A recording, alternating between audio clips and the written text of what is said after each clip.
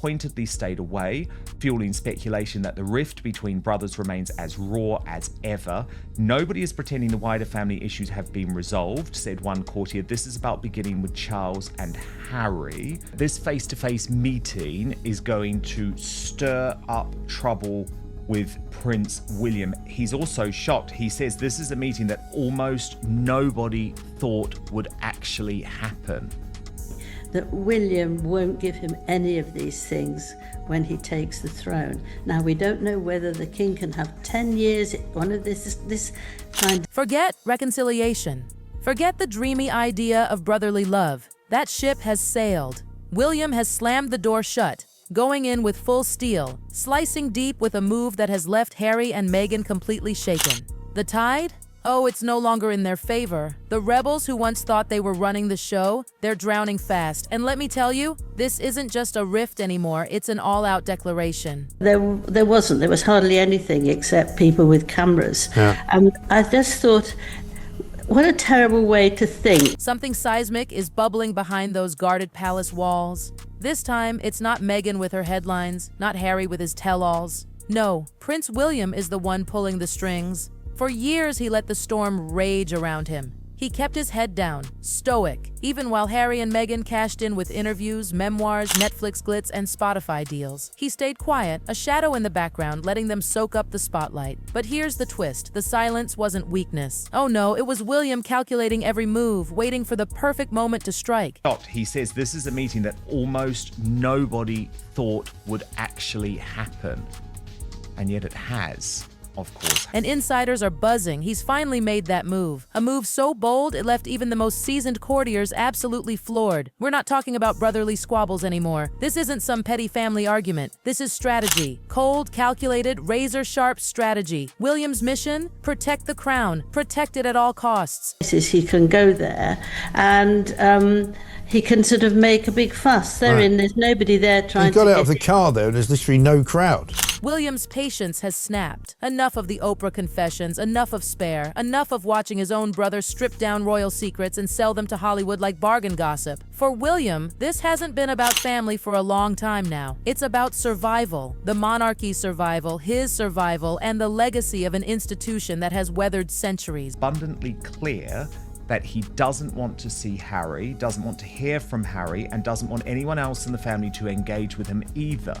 For Charles to ignore that stance. And oh, everyone remembers that day. The glittering carriages, the fairy tale pomp, the televised perfection of Harry and Meghan's wedding. To the world, it was love, unity, history in the making. But to William, that golden day wasn't a celebration. It was a warning sign waving right in front of his eyes. With someone for 6 years, you can't expect them to fall over and actually think you're absolutely wonderful.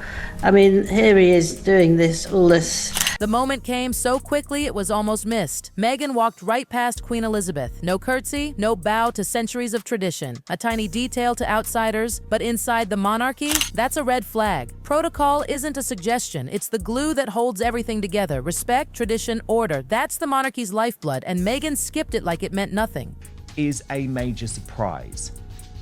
It also reveals an emerging split at the heart of the palace. And William, he didn't see a nervous bride fumbling in the spotlight. He saw intent. Meghan wasn't sending a message of respect. She was sending a message of power. She wasn't here to bow to the monarchy. She was here to bend the monarchy to herself. It's all phony, isn't it? He wants to actually show that he's better than William. He's much more wanted than William. That one missed curtsy? It spiraled into weeks of chatter among palace staff. Some shrugged it off his nerves, but not William. Raised under the iron rule of royal protocol, he saw danger flashing. He knew how the press dissected every gesture, how the public perception could shift with the tiniest slip. And if Meghan could throw tradition aside on day one, imagine what she'd do once the cameras stopped rolling. And it's the same thing as Meghan trying to pull down Catherine. Yeah. He's doing this with William.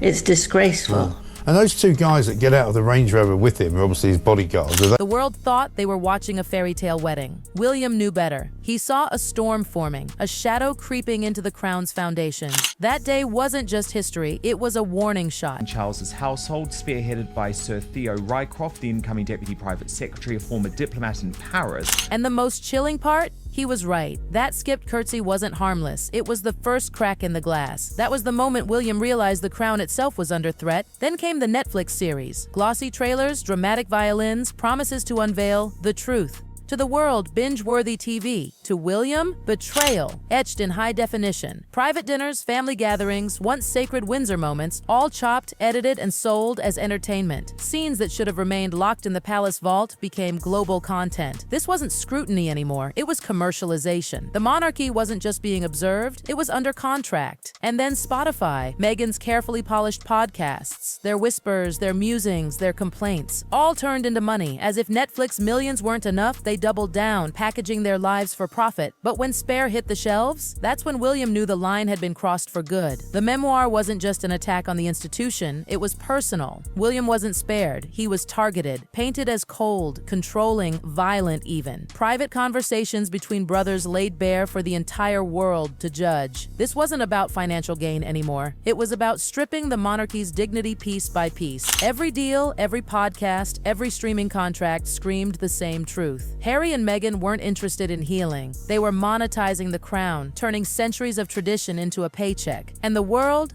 was eating it up. If Netflix and Spare were betrayals, then the Oprah interview? Oh, that was the nuclear bomb. That was the broadcast to millions. Meghan and Harry painted the monarchy as cold, cruel, even racist. Headlines ignited across the globe. Overnight, centuries of carefully built prestige weren't just questioned, they were annihilated. William sat, powerless, watching the crown he'd been raised to protect dragged through the mud. Suddenly, he wasn't the heir anymore. He was the villain in their global drama. Kate, his rock, was slandered, pulled into accusations and mudslinging. His father's leadership was mocked. The monarchy, the crown, reduced to caricature. Inside those palace walls, fury boiled. This wasn't family drama anymore. This was warfare, fought on primetime television. Harry and Meghan weren't walking away quietly. They were weaponizing their pain to break the institution. And William, he heard the message loud and clear. Playtime was over. That very night, whispers say William swore to himself. If Harry and Meghan wanted a public battle, then he'd outlast them. He'd strike harder, sharper, when the time was right. For years, William tried patience. He smiled through charity galas, played the dutiful heir, while Harry built his Hollywood empire on Windsor secrets. But patience has limits. And the final straw? Spare.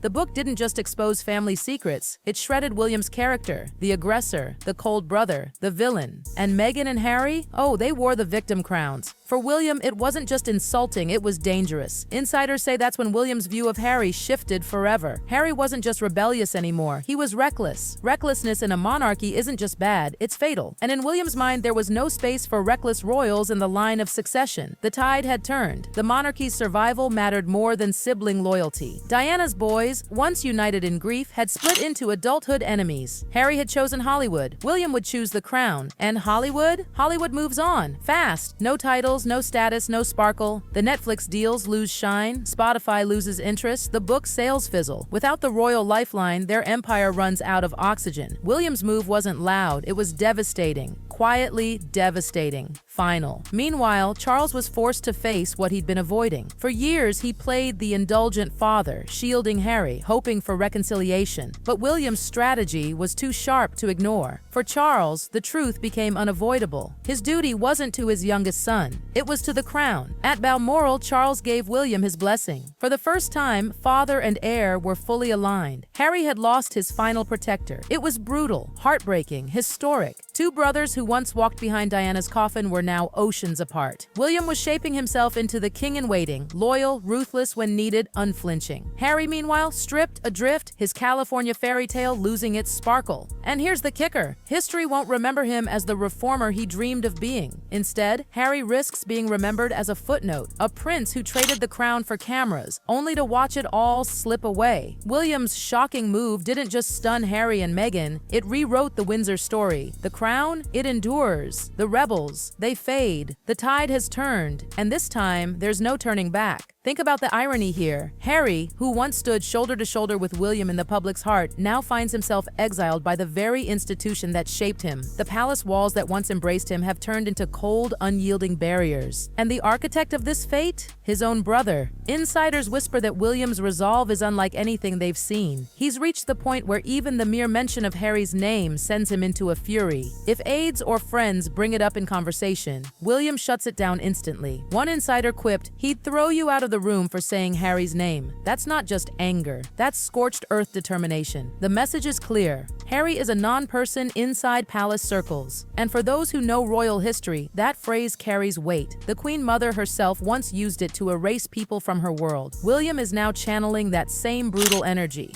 But here's the twist. This isn't just about punishing Harry. It's about suffocating the Sussex brand. William knows the power of perception. Strip away the titles, the privileges, the royal tether, and suddenly Meghan isn't a duchess. She's just another actress. Harry isn't a working royal. He's simply a disgruntled prince with no weight behind his name. Without that golden royal shine, their empire begins to collapse. Hollywood is ruthless. It thrives on novelty, on sparkle. And once the royal link is severed, Harry and Meghan risk becoming yesterday's news. The Netflix contracts lose their allure, the Spotify podcast fades, book deals dry up. Without the crown's oxygen, their fire flickers out. William's move, cold and deliberate, ensures that outcome. It's devastating not because it's flashy, but because it's final. He isn't giving Harry and Meghan room for redemption. He's ensuring they fade into irrelevance. And what about King Charles? For years, he's been the indulgent father, bending rules for his youngest son, excusing missteps, clinging to hope that reconciliation was possible. But William forced him to face the truth. Charles's first duty isn't to Harry, it's to the crown. At Balmoral, with stone walls holding centuries of secrets, Charles made his heartbreaking choice. For the first time, he aligned completely with William. The father backed the heir. And just like that, Harry's final shield crumbled. It's almost Shakespearean, isn't it? The king sacrificing his son to preserve the crown, guided by the ruthless precision of the heir. A decision that may haunt Charles as a father, but will define him as a monarch. And Kate, sweet, diplomatic Kate. For years, she tried to keep the brothers together, playing peacemaker. She loved Harry like another brother once, but she too has hardened.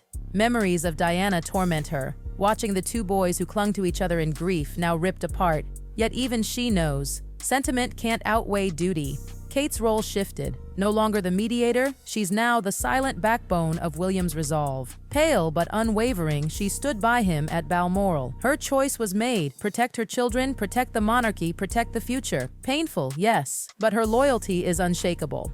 Meanwhile, Harry, thousands of miles away in California, faces a reality he never imagined. The glitter is dimming. Polls show his popularity sinking. The public, once captivated by his rebellion, now yawns at his ventures. Insiders even say he's reaching back to old military friends and palace aides, searching for guidance, admitting, "What I'm doing isn't working." Imagine that. The prince who defied the crown now circling back, desperate for relevance. But the tragedy? William has already moved on. In his world, Harry doesn't exist. Hollywood is fickle, and without that royal lifeline, Harry and Meghan's future looks fragile. The tide that once carried them high is receding fast. History, harsh as it may be, is already writing its verdict. Harry dreamed of being remembered as a reformer, the bold prince who modernized the monarchy. Instead, he risks being remembered as a footnote, a man who traded the crown for cameras, only to watch both slip through his fingers. William's shocking move doesn't just secure the monarchy's survival, it rewrites the Windsor story entirely. The crown endures, steady and unyielding. The rebels fade, their glitter lost to time, and the tide? Oh, it's turned decisively with no chance of rolling back.